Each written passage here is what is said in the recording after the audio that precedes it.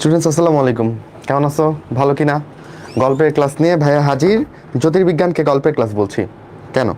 কারণ জ্যোতির্বিজ্ঞান গল্পের মতোই আমরা পড়বো আজকে। আশা করা যায় যে আজকের ক্লাস আমাদের অন্যান্য ক্লাসের থেকে একটু নাতি দীর্ঘ হবে। তো মজায় মজায় ক্লাসটা করে ফেলো। আজকে আমি আলাদা করে তেমন কোনো স্লাইড বানাই নাই, দুই চারটা কথা আগে থেকে লিখে রেখেছি পড়ানোর সুবিধার জন্য। স্লাইড না বানানোর পেছনে কারণ হচ্ছে এই চ্যাপ্টারটা তোমরা অনেকেই আসছো যে আজকে প্রথমবারের মতো পড়বা, আগে কখনোই পড়ো নাই। তো মনে হয়েছে যে বইটা ধরেই পড়াই তোমাদের, আর তুমিও একবার রিডিং দিবা, কিন্তু পুরো চ্যাপ্টারটা ইম্পর্টেন্ট লাইনগুলো তুমি অবজেক্টিভের জন্য পড়বা। কিন্তু আমি বলবো এটা একটা গল্পের মতো চ্যাপ্টার হয়, পুরো চ্যাপ্টারটা একবার রিডিং দাও, ভালো লাগবে। এবং আমি তোমাকে আজকে কল্পনার দুয়ারে নিয়ে যাব। কল্পনা না, এটা আসলে বাস্তব, তুমি কোনোদিন ভাবো নাই। যেই তুমি মনে করতেছো যে তোমার জীবনের মতো হতাশাগ্রস্ত জীবন আর কারো নাই, তুমি সব থেকে বাজে আছো, অথবা যেই তুমি ভাবতেছো যে ও না জানি কত পরে আগায় গেল, হ্যাঁ আমার তো কিছু হচ্ছে না। দেখো এই ভাবনাটা ঠিক কতখানি ক্ষুদ্র, তুমি ঠিক কতখানি ক্ষুদ্র আমি তোমাকে একটু চিন্তা করাই। ক্লাসের শুরুতেই আমরা একটু চিন্তা করি, যেটা আমাদের পড়ার অন্তর্ভুক্ত। ওকে, আসো বিসমিল্লাহ বলে চিন্তা শুরু করি। ফাইন, তাহলে আমি এখানে সূর্য আর পৃথিবী এঁকে রাখছি। এটা ধরো আমাদের হচ্ছে একটা সৌরজগতের একটা, না আমি নতুন পেজ নেই, দাঁড়াও এখানে অন্য কিছু বুঝাবো আসলে। ওকে, সো তোমরা মনে করো এটা হচ্ছে আমাদের পৃথিবী। পৃথিবী থেকে 13 লক্ষ গুণ বড়কে জানো সূর্য। তো সূর্যকে যদি আমি আসলে অ্যাকুরেট সাইজে আঁকতে চাই, তাহলে আমার বোর্ডে আঁকবে না পৃথিবীকে এই সাইজ দিলে। এইরকম গোল্লা যদি তুমি 13 লক্ষ গুণ আঁকো, তাহলে ঠিক কতখানি বড় হবে বলো?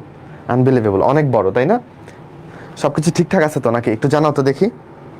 এভরিওয়ান মেনশন দিতে বোধহয় ভুলে গেছি, একটু ওয়েট করো।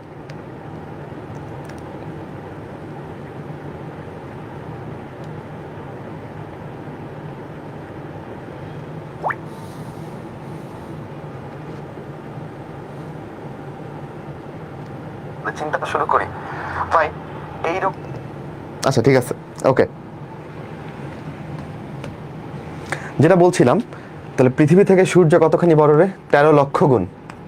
ঠিক আছে, তো সূর্যের একটা কোণা আঁকলাম, জাস্ট মনে করো। ঠিক আছে, সূর্যের একটা জাস্ট কর্নার আঁকলাম, এটা হচ্ছে এই পাশে সূর্য। ওকে, তাহলে এই সৌরজগতে কত বড় সৌরজগৎ, তাই না? সেই সৌরজগতের তুলনায় পৃথিবী কত ছোট না বলো? আরও চিন্তা করাই যে সৌরজগৎ আসলে এই মহাবিশ্বের কাছে কতখানি ছোট। তুমি একটু চিন্তা করো, সূর্য একটা নক্ষত্র, তাই না? সূর্য হচ্ছে একটা নক্ষত্র। তুমি জানো এই নক্ষত্রগুলো মিলে কি তৈরি করে? সূর্যের মতো এরকম আরও 10⁻11টা নক্ষত্র মিলে তৈরি করে হচ্ছে গ্যালাক্সি। কি তৈরি করে বলো? গ্যালাক্সি। সো তুমি বলতে পারো ভাই গ্যালাক্সি কি জিনিস? গ্যালাক্সি হচ্ছে যেখানে অনেকগুলো নক্ষত্র থাকে। হ্যাঁ, নক্ষত্র তো আসলে কি? গ্যাস পিণ্ড, জ্বলন্ত গ্যাস পিণ্ড। সূর্য যে জ্বলতে দেখি, কারণ এটার ভেতরে কি হাইড্রোজেন মিলে, সূর্যের মধ্যে কি হচ্ছে বলো? হাইড্রোজেন আর হাইড্রোজেন মিলে কি তৈরি করতেছে বলো? হিলিয়াম তৈরি করতেছে, রাইট? এটাকে আমরা বলি হচ্ছে ফিউশন রিয়াকশন, তাই না? একটা ফিউশন বিক্রিয়া না? এবং এই ফিউশন বিক্রিয়ায় প্রচুর পরিমাণে তাপ তৈরি হচ্ছে, আলো তৈরি হচ্ছে, এইগুলো আমাদের পৃথিবীতে আসতেছে। তো সূর্যের মতো এরকম আরও 10⁻11টা নক্ষত্র আছে আমাদের গ্যালাক্সিতে, বুঝছো?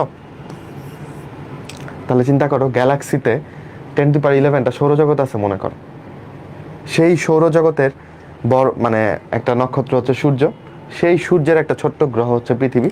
এটার উপর তুমি দাঁড়ায় আছো, তুমি দাঁড়ায় দাঁড়ায় ভাবতেছো তোমার থেকে দুঃখী আর কেউ নাই। তুমি মনে করতেছো যে ভাই গ্যালাক্সি বোধহয় জীবনের শেষ কথা। তুমি কি জানো এরকম গ্যালাক্সি কয়টা আছে পুরো মহাবিশ্বে? মহাবিশ্বে গ্যালাক্সি আছে হচ্ছে 10⁻11টা। 10⁻11 মানে বুঝতেছো? Huge, right? সো 10⁻11টা গ্যালাক্সির মধ্যে তোমার গ্যালাক্সির নাম কি? তোমার গ্যালাক্সির নাম হচ্ছে মিল্কি ওয়ে। আমাদের আমাদের গ্যালাক্সির নাম কি বলো?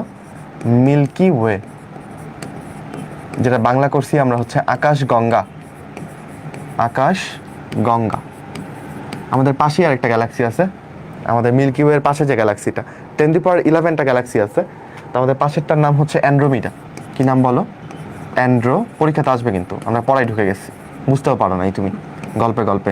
অ্যান্ড্রোমিডার বাংলা করছি আমরা ধ্রুব মাতা। ঠিক আছে, ধ্রুব মাতা। তারা বলতেছি না কিন্তু, কারণ অনেকগুলো তারা নিয়ে এই গ্যালাক্সি তৈরি, তোকে ধ্রুব মাতা বলতেছি। আচ্ছা, তো কখনো কি আমরা অ্যান্ড্রোমিডাতে যেতে পারবো? উত্তর হচ্ছে না, কারণ এগুলো আমাদের থেকে কোটি কোটি আলোকবর্ষ দূরে। মিল্কি ওয়ে তুমি যদি দেখো, তাহলে মোটামুটি এরকম একটা সর্পিলাকার গ্যালাক্সিও, এই সর্পিলাকার গ্যালাক্সির ভেতরে সৌরজগৎ কোনটা ভাই? একটা ফুটা দিলে ওইটা বেশি হয়ে যাবে সৌরজগতের জন্য। মনে করে এটাই হচ্ছে সৌরজগৎ, ঠিক আছে? সো এইটার ভেতরে একটা সূর্য আছে, তার চারপাশে হচ্ছে 8টা গ্রহ আছে, ওইখানে তুমি থাকো। এবার বুঝো তুমি কতখানি ক্ষুদ্র, আরো ক্ষুদ্র তুমি। কারণ এটাই শেষ কথা না, কারণ এর পাশে আরো গ্যালাক্সি আছে। আমাদের মিল্কি ওয়ে থেকে অ্যান্ড্রোমিডা আরো বড় গ্যালাক্সি, এটাও একটা সর্পিল গ্যালাক্সি, ঠিক আছে? অ্যান্ড্রোমিডা এই যে পাশেই আছে। আমরা কখনো আমাদের গ্যালাক্সি থেকে যদি আলো বেরোতে চাই তাইলেই লাখ লাখ বছর লাগবে, কোটি কোটি বছর লাগবে। পাশের গ্যালাক্সিতে আমাদের পক্ষে যাওয়া পসিবল না আসলে, তাই না? সো সূর্য তো এটা, রাইট? এটা হচ্ছে সূর্য বা সৌরজগৎ। একটু বড় করে আঁকি। সূর্যের নিকটতম নক্ষত্র কোনটা? এটা তোমার কাছে প্রশ্ন। ধর এটা হচ্ছে সূর্য। সূর্যের নিকটতম নক্ষত্র তো আমাদের এই মিল্কি ওয়ের মধ্যে অবস্থান করতেছে, তাই না? এই গ্যালাক্সির ভেতরে অবস্থান করতেছে। সো সেই নক্ষত্রটার নাম হচ্ছে আলফা সেন্টুরাই। ওর নাম কি বলো? আলফা সেন্টুরাই। আলফা সেন্টুরাই হচ্ছে সূর্যের নিকটতম নক্ষত্র। সেও কিন্তু মিল্কি ওয়েতেই আছে। তুমি যদি নক্ষত্র আর গ্যালাক্সি না বুঝো তাহলে এই প্রশ্নগুলোর উত্তর দিতে পারবা না, উল্টাপাল্টা করে ফেলবা। আসবে দেখবা যে হচ্ছে গ্যালাক্সির নাম তুমি দিয়ে আসছো নক্ষত্রের নাম, তাহলে তো হইলো না। যদি বলে আমাদের নিকটতম গ্যালাক্সি কোনটা, তাহলে বলবো অ্যান্ড্রোমিডা। নিকটতম নক্ষত্র কোনটা? নক্ষত্র তো খুবই কাছে, স্টিল কতখানি কাছে আমি তোমারে বলি। এই আলফা সেন্টুরাই তুমি যদি যেতে চাও, ধরো তুমি একটা রকেট বানাইছো, ওকে, এবং রকেট ধরো আলোর বেগে যায়, তাও সেই রকেট দিয়ে তুমি যদি সূর্য থেকে মানে সৌরজগৎ থেকে আলফা সেন্টুরাই যদি যেতে চাও, কতদিন সময় লাগবে জানো? 4.3 বছর। তাহলে 4.3 লাইট ইয়ার বলা যায়, তাই না? আলোর বেগে গেলেও 4.3 আলোক বর্ষ টাইম লাগবে। তাহলে বুঝছো কত দূরে একটা নক্ষত্র থেকে। আর এরকম নক্ষত্র কয়টা আছে ভাই বললো একটা গ্যালাক্সিতে? 10^11। আর এরকম গ্যালাক্সি কয়টা আছে? আরও 10^11। মহাবিশ্বে মোট নক্ষত্র কয়টা আছে? ম্যাথ করে ফেলতেছি। 10^11 ইন 10^11, 10^22টা নক্ষত্র আছে ধারণা করা হয়, বুঝছো? এবার তুমি বুঝতে পারতেছো তুমি কতখানি ক্ষুদ্র, ঠিক কতখানি ক্ষুদ্র তুমি চিন্তা করতে পারতেছো? তাহলে তোমার এই যে অন্যের প্রতি হিংসা, নিজের প্রতি রাগ দুঃখ, এই মহাবিশ্বের কাছে এটা কত ক্ষুদ্র। রাতের বেলা যদি বাসার ছাদে যাওয়ার সুযোগ থাকে, ছাদে গিয়ে আকাশ পানে তাকিয়ে এটা একটু চিন্তা করবা যে আমি ঠিক কতখানি ক্ষুদ্র, আর কত ক্ষুদ্র সময় নিয়ে পৃথিবীতে আসছি। এসে পরে আমি এখানে অশান্তি সৃষ্টি করতেছি, তাইলে কি হইলো? তাইলে কি আমার জীবনটা সার্থক হইলো? আসছি অল্প দিনের জন্যে, অন্য মানুষের উপকার করতে পারলে করব, না করতে পারলে কারো ক্ষতি করব না, একদিন মরে যাব, শেষ, তাই না? আচ্ছা, আমাদের মধ্যে উপকারের ইচ্ছা আছে বলে আমরা ডাক্তার হওয়ার স্বপ্ন দেখি। কি অবস্থা, তোমরা কি ক্লাসে মনোযোগ দিতে পারছো? আচ্ছা, ওকে, এই রেডি কিনা? আমরা একটু বইতে যাই তাইলে। আমরা একটু প্রাইমারিলি একটু গল্প করলাম, গল্পের মধ্যে তোমার অনেক কিছু পড়াই দিলাম, এগুলো কিন্তু আমাদের চ্যাপ্টারেরই পড়া, ঠিক আছে?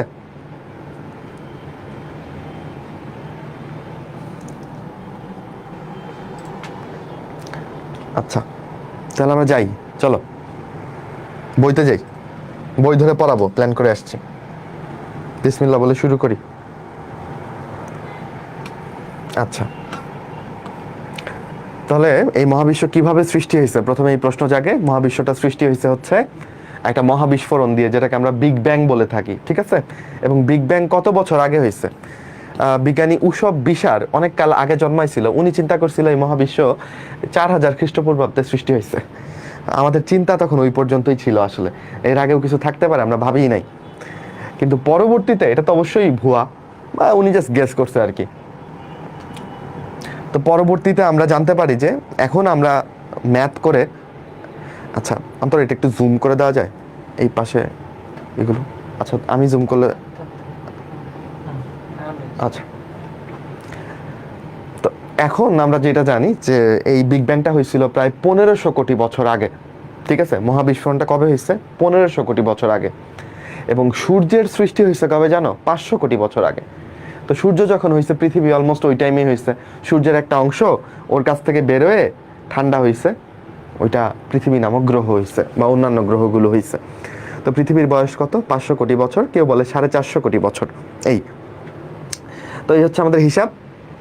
তারপর চলো আলবার্ট আইনস্টাইনের তত্ত্ব নিয়ে আমরা আপেক্ষিক তত্ত্বে এইগুলো নিয়ে আলোচনা হয়েছে। যাই হোক, আপেক্ষিক তত্ত্ব এখানকার আলোচনার ব্যাপার না আপাতত আমাদের। এডুইন হাবল একজন বিজ্ঞানী, ওনার নামটা কেন ইম্পর্টেন্ট, এই হাবলকে হাব বানাই দিছি, তা তো মোটা করা কেন, দাঁড়াও। এডুইন হাবল, ওনার একটা টেলিস্কোপ আছে বুঝছো, হাবল টেলিস্কোপ বলে। যাই হোক, সেটা কথা না, তোমার জানতে হবে উনি মহাবিশ্বের প্রসারণ আবিষ্কার করছে। কি করছে বলো? প্রসারণ আবিষ্কার। মহাবিশ্ব যে প্রসারিত হচ্ছে সেটা কে আবিষ্কার করছে বলো? Edwin Hubble. ওনার একটা সূত্র আছে, একটু পরে আমরা পড়বো। ওকে, আর এই তথ্যমূলক ব্যাপারগুলো একটু দেখতে পারো, ঠিক আছে, যার যতখানি ভালো লাগে। চলো, আচ্ছা, এখানে আমরা বিগ ব্যাং, বিগ ক্রাঞ্চ নামক দুইটা থিওরি পাই। একটু মনোযোগ দিয়ে শুনলে এটা বোঝা কোনো কঠিন ব্যাপার না। খেয়াল করো, বিগ ব্যাং থিওরিতে বলা হয় যে সব কিছু একসাথে, মহাবিশ্বের সমস্ত ভর একসাথে পুঞ্জীভূত ছিল, তারপর একটা মহাবিস্ফোরণ হলো, দ্যাটস দ্য বিগ ব্যাং। ওকে, তাহলে বিগ ব্যাং হয়ে হয়ে হয়ে হয়ে এখনও কিন্তু প্রসারণ চলমান। এডুইন হাবল বলছে যে নক্ষত্রগুলো এখনও প্রসারিত হচ্ছে, একটা একটার থেকে দূরে যাচ্ছে। ঠিক আছে, বুঝতেছো ব্যাপারগুলো? ওকে, এখন একটা পর্যায়ে গিয়ে ধরো এটা থেমে গেল, থেমে যাওয়ার পরে এটা আবার আগের অবস্থায় ফেরত আসতে চাইবে। সো এই যে আবার আগের অবস্থায় পুঞ্জীভূত হচ্ছে, এই থিওরিটার নাম হচ্ছে বিগ ক্রাঞ্চ। তাহলে মহাবিস্ফোরণকে আমি বলতে পারি বিগ ব্যাং, আর মহাসংকোচনকে আমি বলতে পারি বিগ ক্রাঞ্চ। বুঝতে পারছো? তাহলে ভাই বুঝছি একটা বিগ ব্যাং হয়েছে, এরপর না হয় একটা বিগ ক্রাঞ্চ হইলো, এরপরে কি, এরপর আবার একটা বিগ ব্যাং, এরপর আবার একটা বিগ ক্রাঞ্চ। তাহলে বারবার বিগ ব্যাং বিগ ক্রাঞ্চ হলে এই জিনিসটা একটা পালসের মতো হলো না বলো? হ্যাঁ, একবার বিগ ব্যাং, একবার বিগ ক্রাঞ্চ, একবার বিগ ব্যাং, একবার বিগ ক্রাঞ্চ। সো এটাকে পালসার থিওরি বলে, বুঝছো? এটাকে বলা হচ্ছে পালসার থিওরি। তো পালসার থিওরি কি, পর্যায়ক্রমে বিগ ব্যাং এবং বিগ ক্রাঞ্চ হওয়ার ব্যাপারটাকেই পালসার থিওরি বলি। বলো পালসার থিওরি কে কে বুঝছো?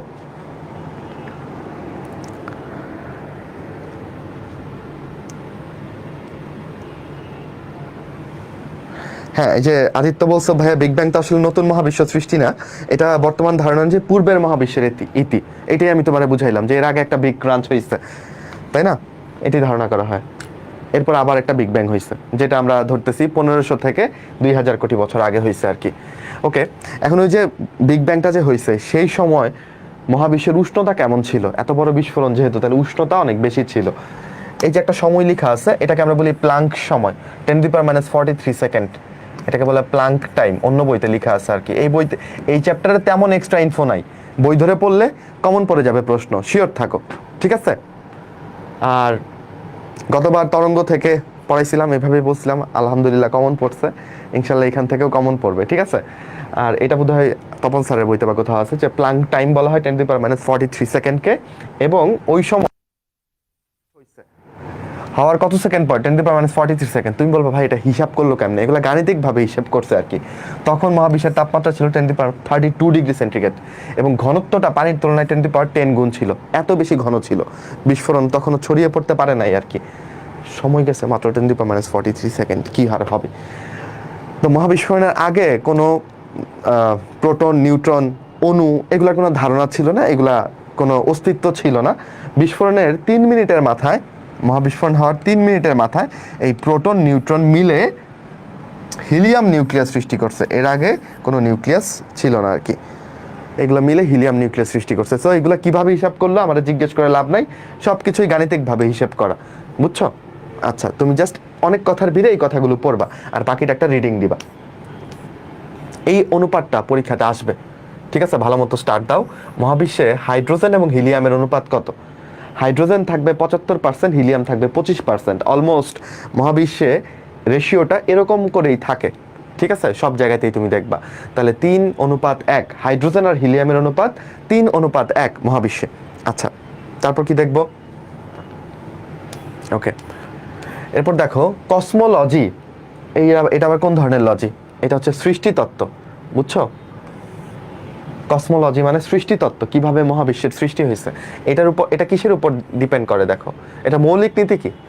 দিক নিরপেক্ষতা, কোন দিকে যাবে এগুলার কোনো ব্যাপার নাই, এই দিক নিরপেক্ষ এবং সমসত্ব অবয়ব। আচ্ছা, এগুলা এক্সপ্লেইন যাচ্ছি না, জাস্ট এই লাইনগুলো একটু একটু দেখে রাখবা। ওকে, আচ্ছা দেখো তো এই কথাগুলো বুঝো কিনা। আমাদের সৌরজগৎ স্ফীত হচ্ছে না, কিংবা গ্রহদের থেকে পৃথিবীর দূরত্ব বাড়ছে না। প্রকৃতপক্ষে আমাদের আকাশগঙ্গা ছায়াপথ আকাশগঙ্গা বলতে কোনটা? মিল্কি ওয়ে, আমাদের যে ছায়াপথ, ও ছায়াপথ হচ্ছে গ্যালাক্সির বাংলা, বুঝছো? মানে আমাদের মিল্কি ওয়ে গ্যালাক্সি এবং অ্যান্ড্রোমিডা এবং আরো কয়েকটা ছোট গ্যালাক্সি মিলে একটা লোকাল গ্যালাক্সি স্তবক বানায় রাখছে। সো এদের মাঝখানে তেমন একটা ডিস্টেন্স, আমরা পার্থক্য বুঝতে পারতেছি না। এই লোকাল গ্যালাক্সি স্তবকটা আর কি দূরে সরে যাচ্ছে অন্যান্য গ্যালাক্সি থেকে, ব্যাপারটা এরকম। যাই হোক, চিন্তা করতে পারতেছো কিনা জানি না, চ্যাপ্টারটা আসলে অনেক চিন্তার তুমি কোথায় আছো, তুমি জাস্ট হারাই যাবা। আচ্ছা, স্টিফেন হকিং এর একটা বই আছে, a brief history of time, পরীক্ষাতে আসবে, অলরেডি আসছে, দেখছো? A brief history of time কে লিখছে? উত্তর হচ্ছে স্টিফেন হকিং। তো এটা না পারলে কি চান্স হবে? কোনোভাবেই না। পাশাপাশি আরো দুইটা তথ্য তোমাকে জানতে হবে, যেমন মহাবিশ্বের প্রসারণ আবিষ্কার করছে এডুইন হাবল, আরেকটা হচ্ছে যে বিগ ব্যাং এর জনককে, বিগ ব্যাং থিওরিটার জনককে। কেউ যদি ভুল করে স্টিফেন হকিং লিখো তাহলে আমার পুরো ক্লাস নেওয়াটাই বৃথা। তুমি মনে রাখবা বিগ ব্যাং এর জনক, বিগ ব্যাংকে তুমি একটা লেম একটা থিওরি হিসেবে ধরে নিবা, যদিও এটা লেম না, সরি, বাট বিগ ব্যাংকে তুমি একটা লেম থিওরি হিসেবে ধরে নিবা। তাহলে এটার জনককে লিখে ফেলো, পারলে লিখে ফেলো।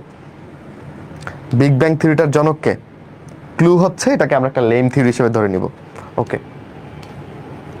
আমি লিখে দেই, এটার জনক হচ্ছে জর্জ ল্যামাইটার। কি বলো? জর্জ ল্যামাইটার। ওই লেম থেকে ল্যামাইটারকে মনে থাকবে না বলো? তাহলে বিগ ব্যাং এর জনক হচ্ছে জর্জ ল্যামাইটার। ওকে, আচ্ছা, ল্যামাইটার সাহেব যদি জানতে পারতো এইভাবে আমি তোমাদের শিখাচ্ছি, খুবই মন খারাপ করতো।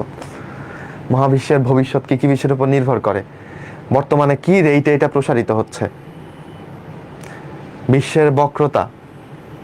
আচ্ছা, বক্রতা কি? ওই গ্রাফের আর কি, একটা গ্রাফিক্যাল বক্রতা। এগুলো আসলে কি আসলো এটা, জানো? ওকে, তারপর বিশ্বে মোট বস্তু কতটুকু আছে, কিভাবে ডিপেন্ড করে আমি তোমাকে বলবো। গড় ঘনত্ব এবং সংকট ঘনত্ব, এইগুলো জিনিসের উপর মহাবিশ্বের ভবিষ্যৎটা ডিপেন্ড করে। ভবিষ্যৎ কি হইতে পারে, কেন হইতে পারে, আমি একটু পরে আলোচনায় যাচ্ছি। 3 রকম মহাবিশ্বের ধারণা আছে। একটা হচ্ছে উন্মুক্ত, বলেই ফেলতেছি আসলে, আবেগকে আটকাইতে পারলাম না, এই চ্যাপ্টার পড়াইতে গেলেই মনে হয় সব পড়িয়ে ফেলি। তাহলে ধরো এই যে একটা গ্রাফ দেখো তুমি, মহাবিশ্ব খালি প্রসারিতই হচ্ছে, ঠিক আছে? ও খালি প্রসারিতই হচ্ছে, ওর আয়তন খালি বাড়তেছেই। এটা ধরো আয়তন,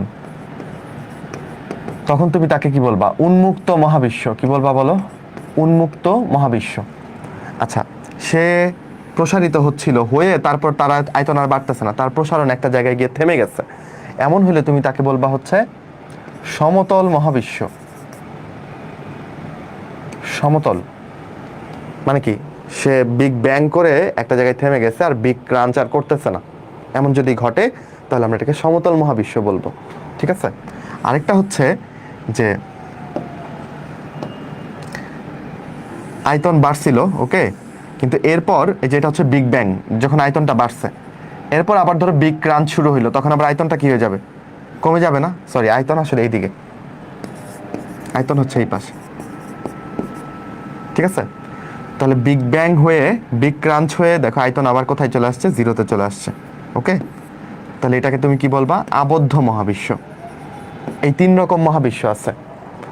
ওকে, এখন প্রশ্ন হচ্ছে ভাই,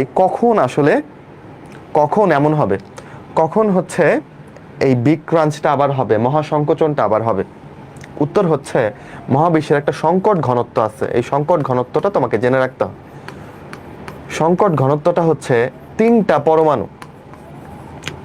পরমাণু পার কিউবিক মিটারে। মানে কি? আমার সামনে 1 মিটার দৈর্ঘ্য, 1 মিটার প্রস্থ, 1 মিটার উচ্চতা, এমন একটা আয়তন চিন্তা করো। এটার আয়তন কত? 1 মিটার কিউব। এই 1 মিটার কিউব জায়গার মধ্যে কতগুলো পরমাণু আছে আমার সামনে বলো তো? অনেক, বাতাসের অনেক অনেক অণু আছে, রাইট? পরমাণু না, 3টা, আচ্ছা 3টা পরমাণুই, ঠিক আছে, ঠিক আছে। গ্যাসের অনেকগুলো পরমাণু আছে না বলো? কিন্তু তুমি যদি স্পেসে যাও, স্পেসে তো কিচ্ছু নাই, লিটারালি স্পেস একদম ফাঁকা জায়গা। তো আমি খালি পৃথিবী দিয়ে চিন্তা করলে হবে না, তুমি যদি পুরো মহাবিশ্বের কথা চিন্তা করো, তাহলে এই যে পার কিউবিক মানে 1 মিটার কিউব জায়গার মধ্যে 3টা পরমাণু, এটা আসলে নাই, এটা মহাবিশ্বে নাই। যদি কোনোদিন এইরকম অর্জিত হয় যে পার কিউবিক মিটারে 3টা করে পরমাণু আছে, তখন সে সংকট ঘনত্ব সে অ্যাচিভ করবে এবং তখন তার বিগ ক্রাঞ্চ তৈরি হবে, কিন্তু এখনো পর্যন্ত আমাদের এই ঘনত্ব অ্যাচিভ হয় নাই। হবে কিনা আমরা তাও জানি না।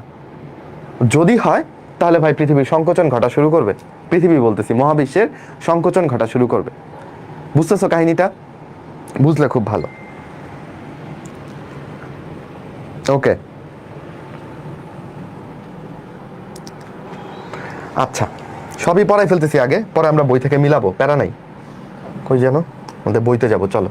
তাহলে সংকট ঘনত্বটা বুঝছি 3টা পরমাণু পার মিটার কিউবে, এটার উপর ডিপেন্ড করে পৃথিবীর গড় ঘনত্বটা কি সংকট ঘনত্বকে ক্রস করতেছে কিনা। যদি ক্রস করে ফেলে, যদি পৃথিবীর গড় ঘনত্বটা বেশি হয়ে যায়, তাহলে তো পৃথিবী বলি বারবার, অন্তর মহাবিশ্ব না বলে খালি পৃথিবী বলতেছি, এটা জন্য আমি কি করতে পারি? পৃথিবী না, এটা আসলে মহাবিশ্ব, বুঝছো? আচ্ছা, আমরা তো পৃথিবীতে আবদ্ধ না আজকে, আজকে তো আমরা পৃথিবীর বাইরে ছুটাছুটি করতেছি, তাই না? সো মহাবিশ্বের গড় ঘনত্ব যদি এর সংকট ঘনত্বকে অতিক্রম করে ফেলে, তখন কি হবে বলো? তখন মহাবিশ্বের সংকোচন ঘটবে, মহাসংকোচন ঘটবে, এই আর কি। সো মহাবিশ্বে মোট বস্তুর পরিমাণের উপর কিন্তু তার গড় ঘনত্ব ডিপেন্ড করতেছে, তাই না?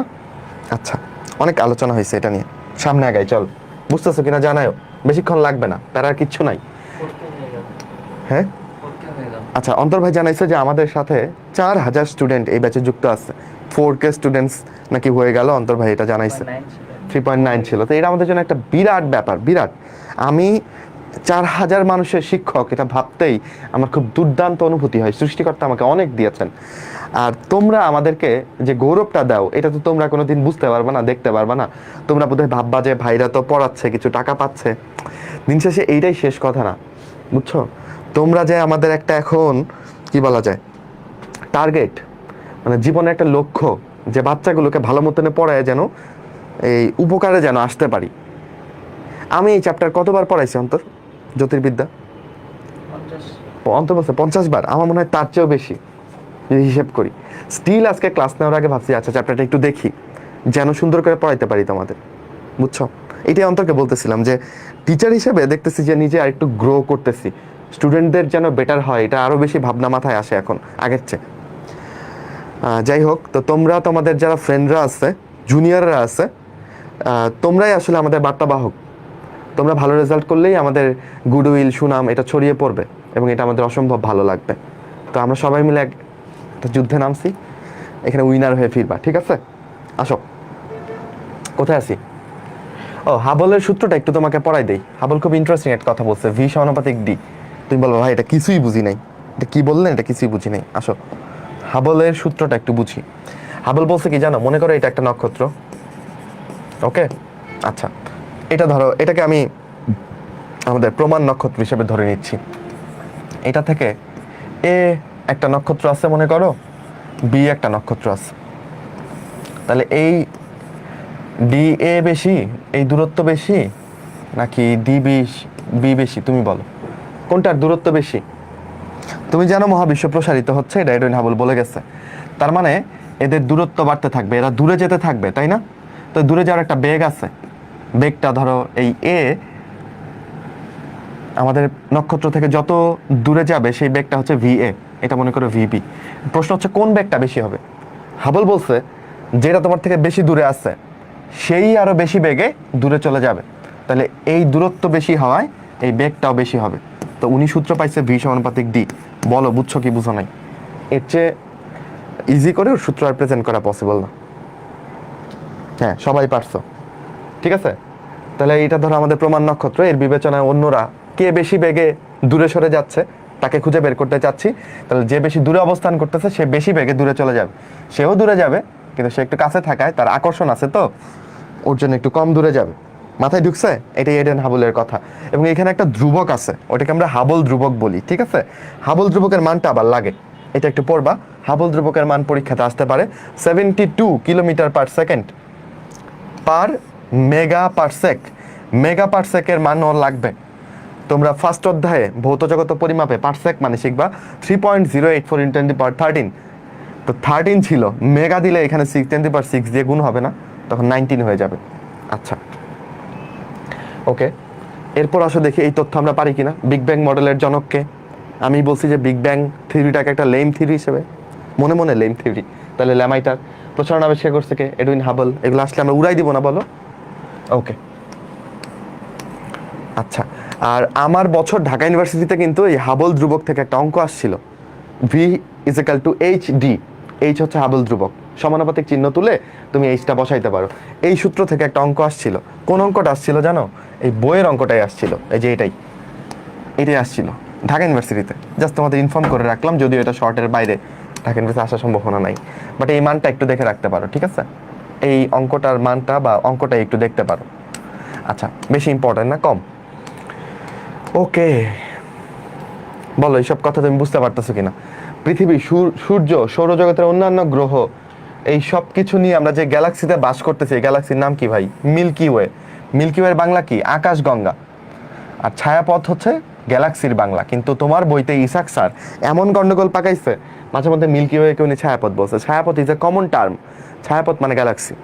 বাট যদি আমাদের গ্যালাক্সির কথা বলি, সেটা আকাশগঙ্গা, তার নাম দিয়েছি আমরা আকাশগঙ্গা বা মিল্কি ওয়ে।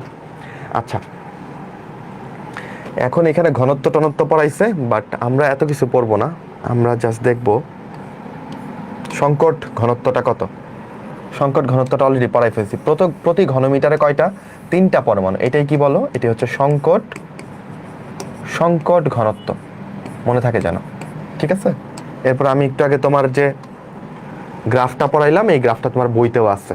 আচ্ছা, এখন এইখানে আরেকটা লেস ইম্পর্টেন্ট ব্যাপার আছে, তাও দেখে রাখবো আমরা।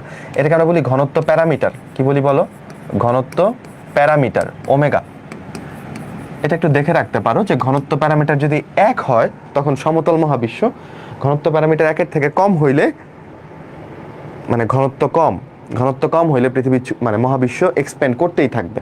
আর ঘনত্ব যদি 1-এর চেয়ে বেশি হয়, ঘনত্ব বেশি হয়ে গেলে কি? বিগ ক্রাঞ্চ হবে, আকর্ষণ অনুভব করবে, আর বেশি বড় হইতে চাইবে না। এই আর কি, 3টা ব্যাপার দেখে রাখতে পারো। আগাই চলো। তাহলে এখন পর্যন্ত আমরা বুঝতেছি, এগুলো কিন্তু রিডিং পড়বো। আবদ্ধ মহাবিশ্ব কি, উন্মুক্ত মহাবিশ্ব কি, সমতল মহাবিশ্ব কি, সবকিছু আমাদের কাছে ক্লিয়ার, রাইট? ওকে, সাদা বামন টামন এখন বুঝতেছো না, একটু পরেই ক্লিয়ার করতেছি। সব তোমার কাছে দিনের আলোর মতো ফর্সা হয়ে যাবে ইনশাল্লাহ। এই দ্রুত চলে গেলাম। নক্ষত্রের মৃত্যু হতে পারে কয় উপায়ে? 3 উপায়ে। নক্ষত্রের মৃত্যু হতে পারে 3 উপায়ে। আমরা নক্ষত্রের মৃত্যুটা একদম সিনেম্যাটিক করে পড়বো, অপেক্ষা করো। এটা শ্বেত বামন হয়ে মরতে পারে, নিউট্রন তারা হয়ে মরতে পারে, কৃষ্ণ বিবর হয়ে মরতে পারে। কে কিভাবে মরবে এটাও আমরা হিসাব করে বের করতে পারি, যে কোন নক্ষত্রের মৃত্যু কিভাবে হবে। যেমন সূর্য কোনোদিনই ব্ল্যাক হোল হবে না, কোনোদিনই না। সূর্য কখনোই ব্ল্যাক হোল হয়ে মরবে না। ইভেন সূর্য নিউট্রন স্টারও তৈরি করতে পারবে না। সূর্য মরবে শ্বেত বামন হয়ে। কিভাবে এটা বললেন, আসতেছি সামনে, অপেক্ষা করো, অনেক রহস্য লুকিয়ে। আচ্ছা, ব্ল্যাক হোলের বাংলা করছে কৃষ্ণ বিবর, বুঝছো?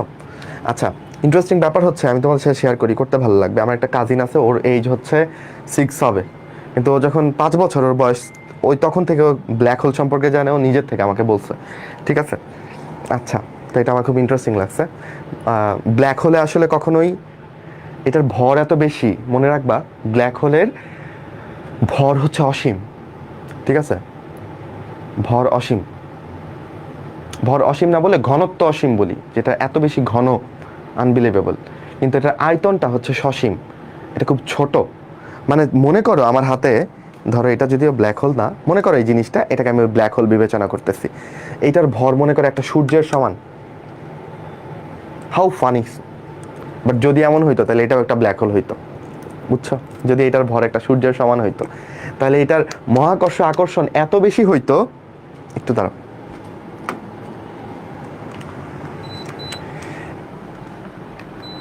এটার মহাকর্ষ আকর্ষণ এত বেশি হইতো যে সব লাইটও অ্যাবজর্ভ করে ফেলতো। তুমি যদি মনে করো ভাই আমি একটু করে ব্ল্যাক হোলে গিয়ে দেখে আসি ভেতরে কি চলতেছে, তাহলে ব্ল্যাক হোলের আকর্ষণে তুমি একদম ভেতরে চলে যাবা, ফিরে এসে আমাকে আর বলতে পারবা না যে কি দেখছো তুমি। বা তুমি যদি দূর থেকেও লাইট মেরে দেখার চেষ্টা করো, সে তো লাইটের ফোটন অ্যাবজর্ভ করে ফেলবে। এই ফোটনটা আর প্রতিফলিত হয়ে তোমার চোখে ফেরত আসবে না, ফলে ব্ল্যাক হোলের ভেতরে আমরা কিছুই দেখতে পাবো না, বুঝছো? এবং ব্ল্যাক হোলের ঘনত্ব কীরকম বলো? অসীম, কিন্তু আয়তনটা সসীম। আয়তনে সে ছোট, কিন্তু ভর এবং ঘনত্ব অনেক বেশি। আচ্ছা,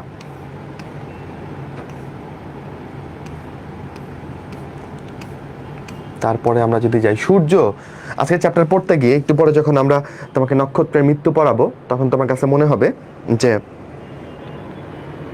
সূর্য যদি কোনো দিন নষ্ট হয়ে যায় তাহলে কি হবে, বা এখন যদি সূর্য মরে যায় তাহলে কি হবে? আমি তোমাকে শুরুতেই আশ্বস্ত করি যে সূর্য মোটামুটি তাদের জীবনকাল কত দেখো বলছে 10^10 বছর, এবং সূর্য এখন তার কিসে আছে জানো? সূর্য এখন তার ভরা যৌবনে আছে। এখনো সূর্য মানে মাঝামাঝি সময় আছে, তো তার হাতে যথেষ্ট সময় আছে, সে এখনই মরতেছে না, নো টেনশন। আচ্ছা, আর যেসব তারাকে আমরা মিটমিট করতে দেখি ওরা মোটামুটি 10^14 বছর করে বাঁচে। আকাশে তাকাইলে তুমি যে তারাগুলো দেখো এরাও তো নক্ষত্র, সূর্যের মতো, এরা সূর্যের চেয়ে আরো বেশি বাঁচবে, দেখছো 10^14। একটা ইন্টারেস্টিং ব্যাপার বলি, এত ইন্টারেস্টিং ব্যাপার বলতেছি আজকে। তুমি আকাশে তাকাইলে যে তারাকে দেখো, তোমার কি মনে হয় এটা আজকের তারা? এমনও তো হতে পারে যে এই তারাটার অলরেডি মৃত্যু হয়ে গেছে 100 বছর আগে। যে আলোটা তুমি আজকে দেখতেছো সেটা 100 বছর আগের আলো। কেন ভাই?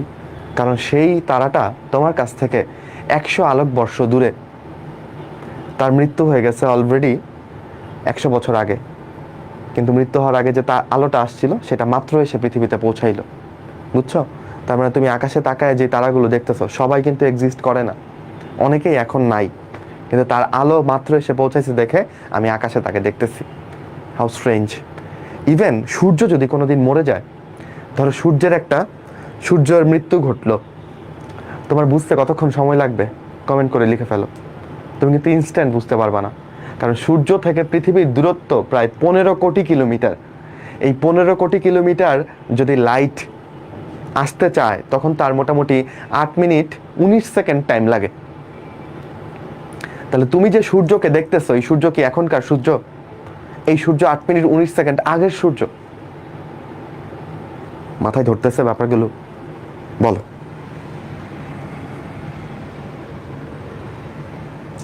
সত্যি অনেক ইন্টারেস্টিং, তাই না?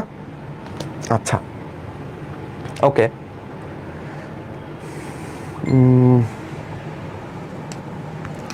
সো এগুলাতে রিডিং পড়বা, ঠিক আছে? যে এইসব কথা আমি বুঝাই দিচ্ছি একটু পরে সূর্যের মৃত্যু আলোচনা করতে গিয়ে। ওকে, এগুলা টুকটাক। আচ্ছা, এখানে একটা প্রশ্ন করছে, দেখো তো এটার উত্তর দিতে পারো কিনা।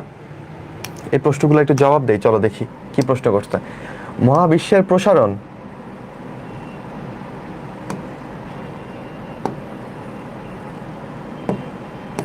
আচ্ছা, মহাবিশ্বের প্রসারণ কত সময় পর্যন্ত চলতে থাকবে? কোন সময় প্রসারণটা বন্ধ হবে? তাহলে এটা আজীবনে চলতে থাকবে যতক্ষণ না পর্যন্ত সংকট ঘনত্বের মান গড় ঘনত্বের সমান হয়। সংকট ঘনত্বটা কত বলো? প্রতি মিটার কিউবে 3টা পরমাণু, তাই না? এইটা যদি অর্জিত হয়ে যায় মহাবিশ্বের ঘনত্ব, তখন থেমে যাবে। কিন্তু আমরা এখনো প্রতি ঘনমিটারে 3টা পরমাণু আমাদের নাই, আমাদের চেয়ে অনেক কম আছে, আগেও বলছে। সেইগুলাই লিখছে এখানে। মহাবিশ্বে কি কি বস্তু আছে দেখো। মহাবিশ্বের মৌলিক উপাদান কয়টাকে বলছে? 3টা। মৌলিক উপাদান কয়টা বলো? 3টা। সৌরজগৎ আছে, নক্ষত্রপুঞ্জ আছে। সৌরজগৎ ছাড়াও আশেপাশে আরো 10^22টা নক্ষত্র আছে, রাইট? এবং নক্ষত্রগুলো নিয়ে আসলে কি আছে বলো? গ্যালাক্সি আছে। তো এগুলোই হচ্ছে মহাবিশ্বের মৌলিক উপাদান। তাহলে আমরা একটু পড়ি সৌরজগতে কি কি আছে। 8টা গ্রহ আছে। আগে আমরা 9টা গ্রহ পড়তাম।